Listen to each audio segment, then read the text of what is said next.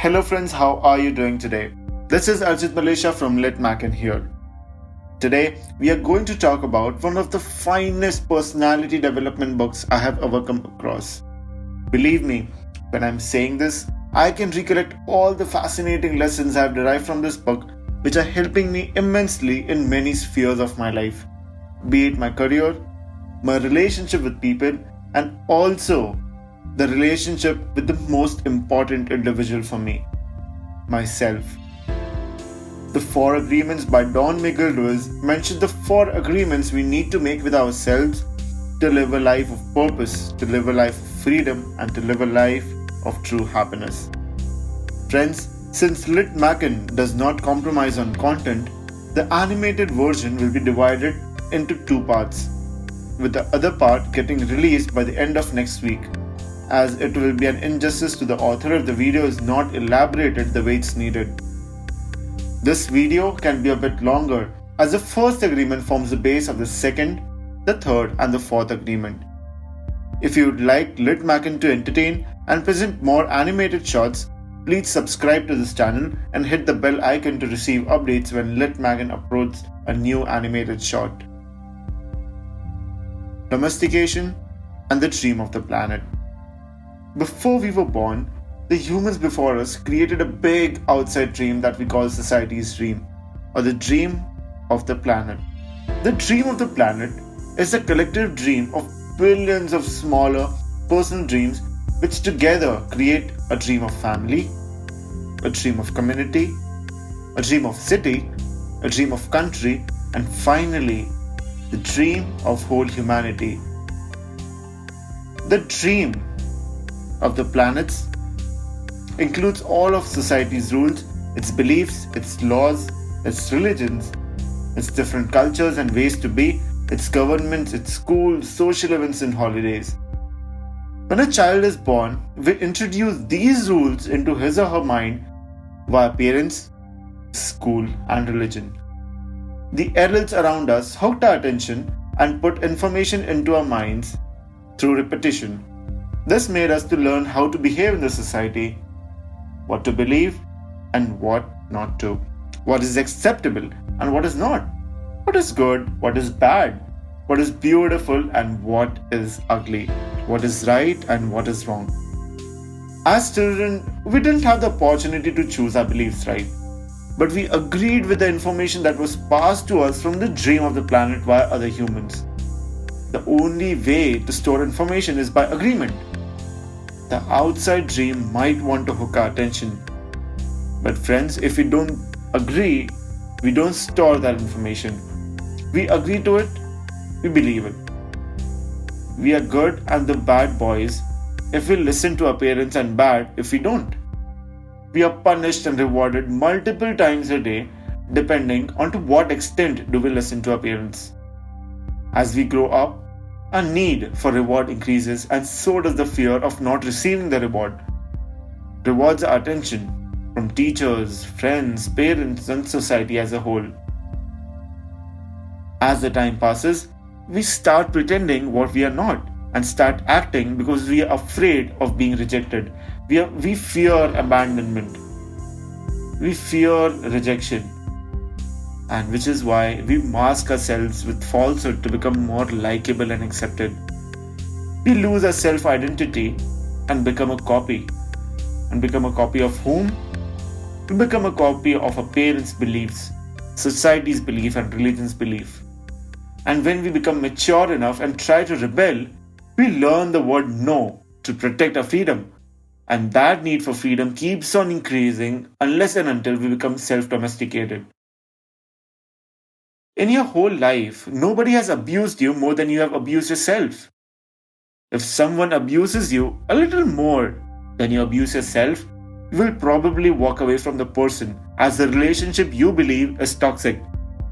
But friends, believe me, if someone abuses you a little less than you abuse yourself, you will probably stay in the relationship and tolerate it endlessly. You have abused yourself with negative auto-suggestions, negative self-talk, negative affirmations, pessimistic behavior, self-harm, self-doubt, self-pity, If you abuse yourself very badly, you can't tolerate somebody who beats you up, who humiliates you, and treats you like dirt, takes you for granted, etc. It's because your belief system tells you that you deserve it and the person is doing you a favor by being with you. So, friends, let's create amazing new agreements to experience freedom, prosperity, joy, bliss by getting rid of old agreements which are toxic, negative, and drain your mental appetite. We need to make choices between what we wish to attract and what we wish to reject in the process of making new agreements, because it takes patience, it takes hard work to replace old agreements which dragged us down in the first place. The first step to make new amazing agreements is to accept ourselves as we are, because only then our intent becomes more clearer and the path more defined. So here was the domestication of the planet and the dream of the planet. The first agreement: be impeccable with your word. The first agreement is the most important one and also the most difficult to honor. It forms a base for the second, the third, and the fourth agreement. It is so important that with just this first agreement, we can transcend our level of existence from a mere being to an extraordinary one. The first agreement is to be impeccable with our words. It sounds extremely elementary, but it's very mighty. Through our words, we express our creative powers. It's through the word we manifest everything, right? Regardless of what language you speak, your intent manifests through the word. Your intention manifests through the word. What you want manifests through the word. What we dream, what we feel, and what we really are will be all manifested through the word. The word is a force we use to communicate and express our thoughts and emotions unlike other living beings on earth. No other creature on earth other than humans are gifted with the power of speech. But the power of speech is just like a double-edged sword. The right speech will set us free and make everything around us beautiful and blissful, and the wrong choice of words and speech can make our lives a living hell. When I was reading the book, I could instantly remember Kabir's couplets, which sheds light on the might of words. Let me present it to you. ऐसी बानी बोलिए मन का आपा खोए, औरों को शीतल करे आप हु शीतल होए, which roughly translates to our speech should be sweet enough to make the listener feel joyful and fill us with abundance of joy too. A word is pure magic, and it's definitely on us what choice of magic we want it to be. The magic which makes everything around us a bliss, or black magic which destroys everything. We can apologize for a misdeed, and the listener might forgive us for a sin, but the listener never forgets how we made them feel. Axe forgets, but the tree remembers. If we are conscious enough of what choice of words we choose while we are in any state of mind, the most negative situation or conflict can be easily resolved. The might of words is so powerful that Hitler, by his choice of words, manipulated a whole country of the most intelligent people and led them into the World War, killing hundreds of thousands of Germans. His word will be therefore remembered for centuries. Friends, when I visited Germany in 2018, I could never believe the clips I saw on the internet about the atrocity of Hitler on its people were real, because when I interacted with the Germans, they were extremely kind and welcoming. They were extremely sophisticated. There is a vast contradiction between then Hitler and now Germans. Our mind it's like a fertile ground where seeds are continuously being planted. The seeds here are thoughts. The seeds are opinions, ideas, and concepts. We plant a seed, that is a thought, and it grows. The word is like a seed, and human mind, friends, it's so fertile. We should observe what kinds of seed we plant in our minds. The same seed, when grows, makes the individual what he becomes, and with the seeds he planted in his mind when he was young directly impacts the choice of his word. The same seed can make you Swami Vivekananda who with his power of the word eliminated suffering and misery. And the same seed of fear which was planted in Hitler's mind, who then planted the seeds of fear into the kindest German souls, leading to mass destruction of humanity. One fear, one doubt planted in our mind can create endless drama of events causing anger, frustration, low self-esteem and agony. Negative messages to children at a very young age leads to lack of self-esteem in their later stage of life. Now friends, what is impeccability? We have already mentioned impeccability of the word, right? Let's define what impeccability is. Impeccability means without sin. A sin is anything that we do which goes against ourselves, and being impeccable, never going against ourselves. If we are impeccable, we take responsibility of our actions, we correct it, but never judge or blame ourselves. Self-rejection is the biggest sin you can ever commit because you go against yourself. If I call you stupid, you'll hate me for calling you stupid. And that hate will send a negative energy to me via your particular response, which is not good for me, right? In this way, I'm going against myself by misusing the power of word. On the other hand, if I tell you how amazing you are as a person and how your presence lights up the entire room, you will feel such a rush of positive energy and return the same positive energy to me, which will make my day better and thus will produce a chain of optimism. Which is why here the power of word is extremely important and the choice of words is very important too. You're so annoying. You're fake. You look fat. You're unworthy. You're toxic. You have no self-respect. These are some of the sentences you might use to insult your partner or your sibling or anybody who is important to you. But your word makes them look down on themselves even though they don't express it. And then they make an agreement with themselves that they are all of the above. Friends, tongue is powerful than a sword. Everybody deserves love, but your personal insecurity which you have faced during your domestication is making somebody look down on themselves just because you misuse the power of the word. Understand the power of words.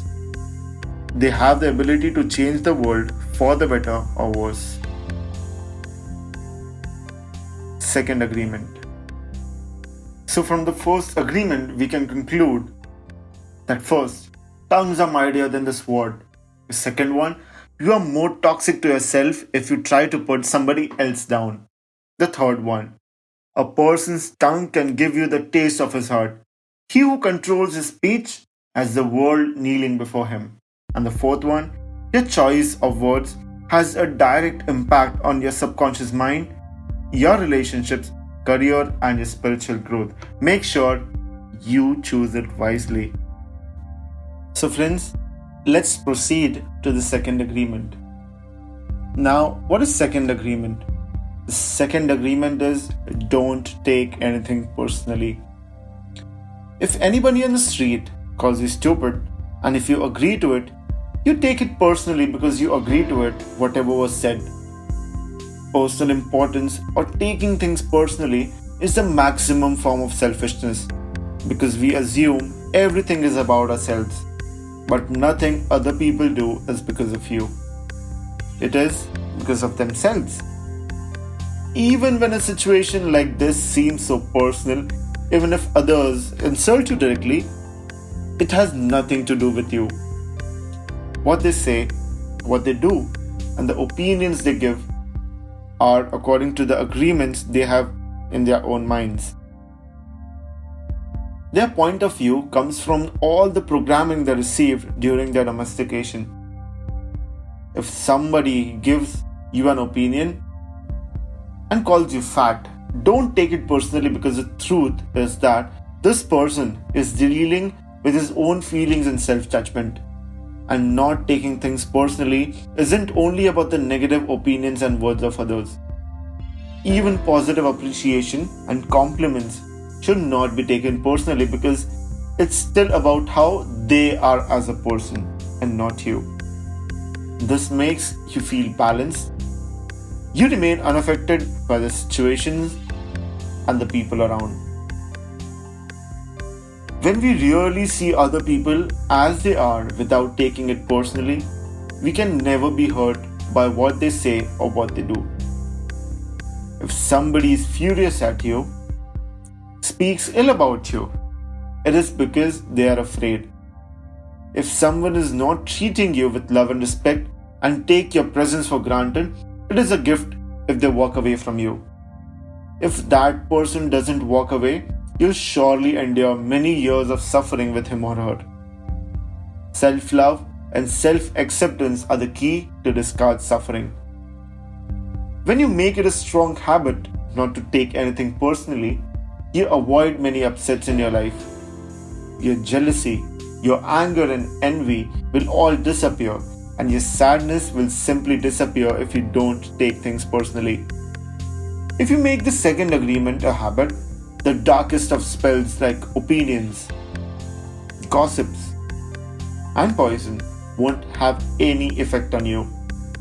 Taking things personally helps you break many habits and routines that trap you in the web of suffering. If you practice these two agreements, the first is be impeccable with your words, and the second one is don't take anything personally. 75% of the teeny tiny agreements which have trapped you will cease to exist. As you make a habit of not taking anything personally, you won't need to place your trust in what others do or say. You will only need to trust yourself to make responsible choices. You are never responsible for the action of others. You are only responsible for the reaction you give. When you truly understand this and refuse to take things personally, you can hardly get hurt by the careless actions and words of others. Self-love and self-acceptance are the key to discard suffering. I've come across a very amazing Hindi quote. I would like to share it with you. And it is, विज्ञान कहता है कि जबान पर लगी चोट सबसे जल्दी ठीक हो जाती है, और ज्ञान कहता है कि जबान से लगी चोट कभी भी ठीक नहीं होती. Which roughly translates to, according to the scientific research, the tongue is the fastest to get healed. And according to the wise men, the damage done by the tongue never gets cured. Thank you so much for taking out your time for this video. To be continued in the next part. Thank you. Jai Hind.